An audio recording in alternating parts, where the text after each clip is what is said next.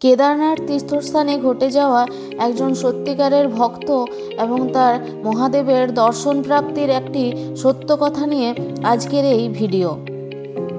স্বাগতম সকলকে আমাদের ইন্দুর ডায়েরি চ্যানেলে। আজ আমরা নিয়ে এসেছি একজন সত্যিকারের শিব ভক্তের সত্য কাহিনী। আর এই ঘটনাটি হয়েছিল কেদারনাথ ধামে। আর কেদারনাথ সম্পর্কে তো আপনারা সকলেই জানেন, যেখানে দেবাদিদেব মহাদেবের খুবই পবিত্র এবং প্রাচীন একটি মন্দির আছে। আর এই মন্দিরটি 12টি জ্যোতির্লিঙ্গের মধ্যে একটি।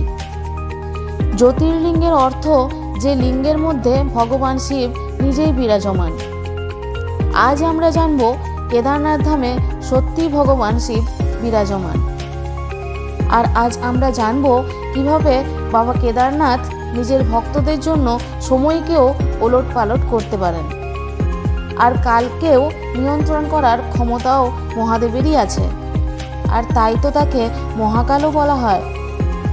এই কাহিনীটি হচ্ছে একজন সত্যিকারের ভক্তের, যার ভক্তিতে সন্তুষ্ট হয়ে বাবা কেদারনাথ মন্দিরের বাইরে এসে তাকে দর্শন দিয়েছিলেন। আর এটি একটি কাহিনী নয়, এটা হলো সেই বাস্তব যা ঘটেছিল ওই শিব ভক্তের সাথে। আর এই কাহিনীটি সম্পূর্ণ শোনার পর আপনাদেরও ধারণা হয়ে যাবে যে মহাদেব কতটা দয়ালু এবং অন্তর থেকে ডাকলেই যে তিনি ছুটে আসেন তার ভক্তদের কাছে।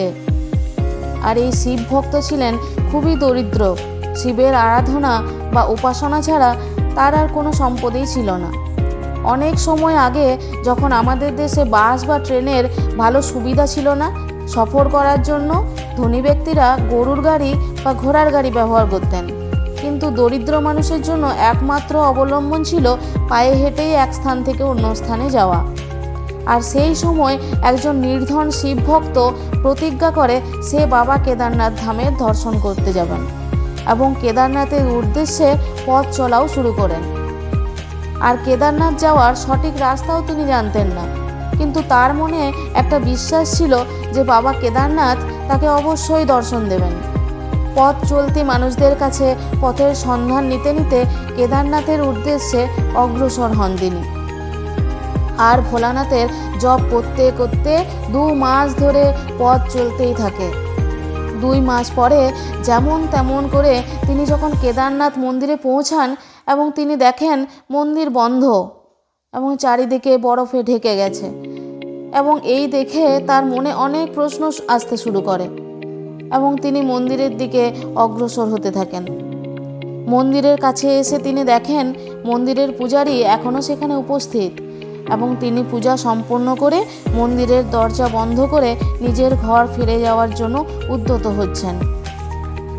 আর সেই শিব ভক্ত পণ্ডিতজিকে দেখে তার উদ্দেশ্যে কাঁপা কাঁপা গলায় বলেন, পণ্ডিতজি, আমি অনেক দূর থেকে বাবা কেদারনাথের দর্শনের জন্য এসেছি, কবে হবে আমার প্রভুর সাথে দেখা? এরপর পণ্ডিতজি যেটা বলেন তা শুনে শিব ভক্তের পায়ের তলা থেকে মাটি সরে যায়। পণ্ডিতজি তাকে বলেন, মন্দিরের দরজা আজ থেকে 6 মাসের জন্য বন্ধ, আর 6 মাসের আগে এই মন্দিরের দরজা খোলা যাবে না। এবার এই কথা শুনে আপনারাও ভাববেন যে এরকমটা কেন? তবে এই বিষয়ে জেনে রাখা দরকার, বাবা কেদারনাথ মন্দির বছরের 6 মাস খোলা থাকে আর বাকি 6 মাস বন্ধ থাকে। মন্দির নভেম্বরের দিওয়ালির পর ভাইফোঁটার দিন থেকে বন্ধ হয়ে যায়, কারণ এই সময় এখানে এতটাই বরফ পড়ে যে পুরো মন্দির বরফে ঢেকে যায়। আর এই সময় মন্দির পর্যন্ত সহজে যাতায়াতও সম্ভব হয় না। এরপর এপ্রিল মাসের অক্ষয় তৃতীয়ার দিন মন্দিরের দরজা খোলা হয় এবং বাবা কেদারনাথ ভক্তদেরকে দর্শন দিয়ে থাকেন। শিব ভক্তর কানে যখন এই কথাগুলো যায় তখন তার মাথা ঘুরে যায় এবং তার চোখ দিয়ে অঝরে জল ঝরতে থাকে। কিছু সময় ধরে তো তার গলা থেকে কোনো আওয়াজই বের হচ্ছিল না। কিছুক্ষণ পর সে কাঁদতে কাঁদতে পণ্ডিতজিকে বলেন, মহারাজ, আমি 2 মাস ধরে পায়ে হেঁটে অনেক কষ্টে বাবার এই ধামে পৌঁছেছি। আমি অনেক গরিব মানুষ, আমি এখন কোথায় যাব? আপনি দয়া করে একবার আমাকে আমার ভোলা বাবার দর্শন করতে দিন। কিন্তু পণ্ডিতজি তাকে বলেন, বাবার মন্দির একবার বন্ধ হয়ে যাওয়ার পর আর ঠিক 6 মাস পরেই খুলবে।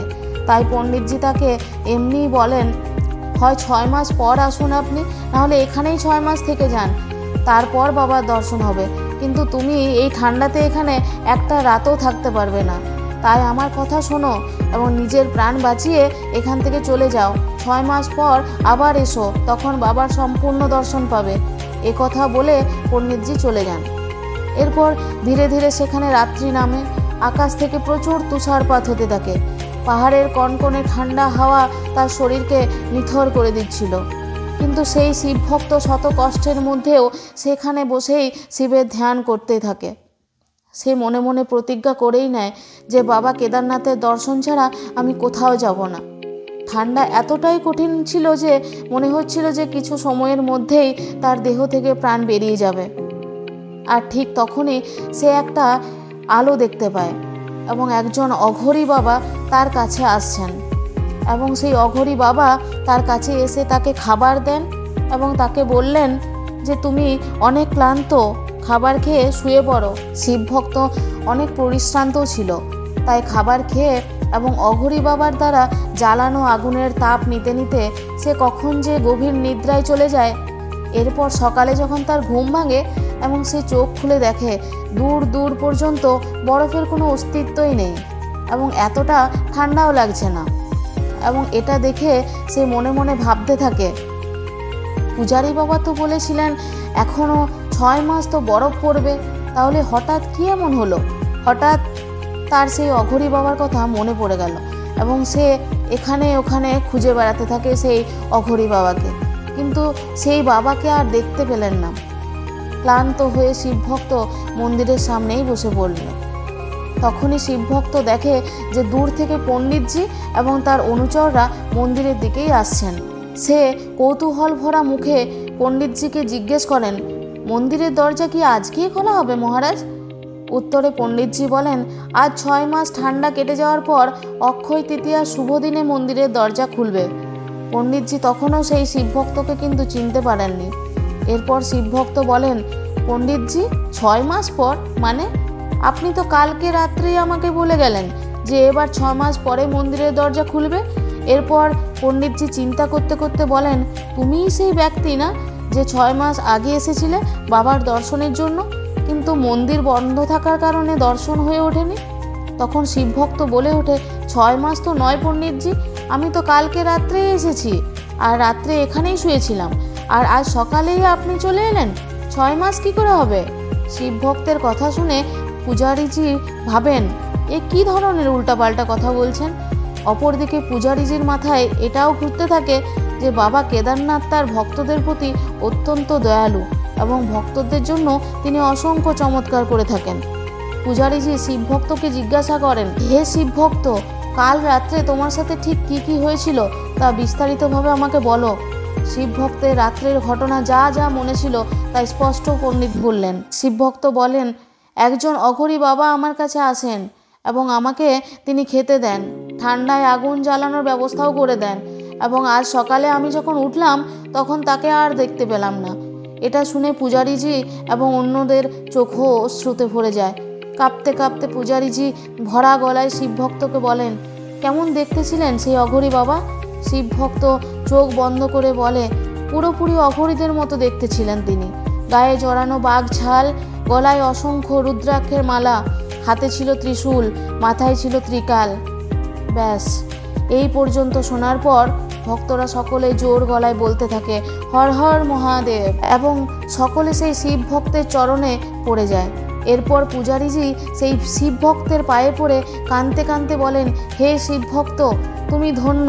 কাল রাত্রে তুমি যাকে দেখেছ, যিনি তোমাকে খাবার দিয়েছেন, তোমার জন্য যিনি আগুন জ্বালিয়ে দিয়েছেন এবং সর্বোপরি 6 মাস সময়কে একটা রাত্রের মধ্যে অতিক্রম করে দিয়েছেন, তিনি আর অন্য কেউ নয়, স্বয়ং দেবাদিদেব মহাদেব। তুমি অত্যন্ত ভাগ্যবান। তোমার নিঃস্বার্থ ভালোবাসায় সন্তুষ্ট হয়ে বাবা কেদারনাথ তোমাকে দর্শন দিয়েছেন এবং 6 মাস সময়কে নিজের যোগমায়ার মাধ্যমে একটা রাত্রের মধ্যে পরিবর্তিত করে দিয়েছেন। কালখণ্ডকে ছোট করে দিয়েছেন। কাল মানে সময়ের সাথে খেলার ক্ষমতা তো শুধু মহাকাল মানে মহাদেবেরই আছে এবং তিনি তার ভক্তদের জন্য সময়কেও আগেও বাড়িয়ে দিতে পারেন। আর এই বিষয়টি সেই শিবভক্ত নিজেও বুঝতে পারেনি। সে শুয়েছিল নভেম্বর ঠান্ডার রাত্রে আর নিদ্রা ভাঙে তার এপ্রিলের সকালে। কিন্তু তার তো মনে হচ্ছিল কালকে রাত্রে শুয়ে আজ সকালেই উঠেছে। তো এরকমই আমাদের মহাদেব। বাবা কেদারনাথ তার ভক্তদের জন্য খুবই দয়ালু। যে ভক্তরা অন্তর থেকে তাকে ডাকেন, বাবা তাদেরকে রক্ষা করতে সেখানে পৌঁছে যান।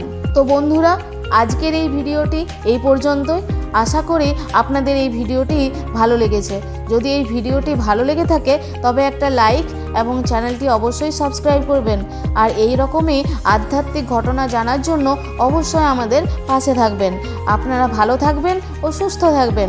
দেখা হবে পরবর্তী ভিডিও। ততক্ষণের জন্য সকলে বলুন হর হর মহাদেব।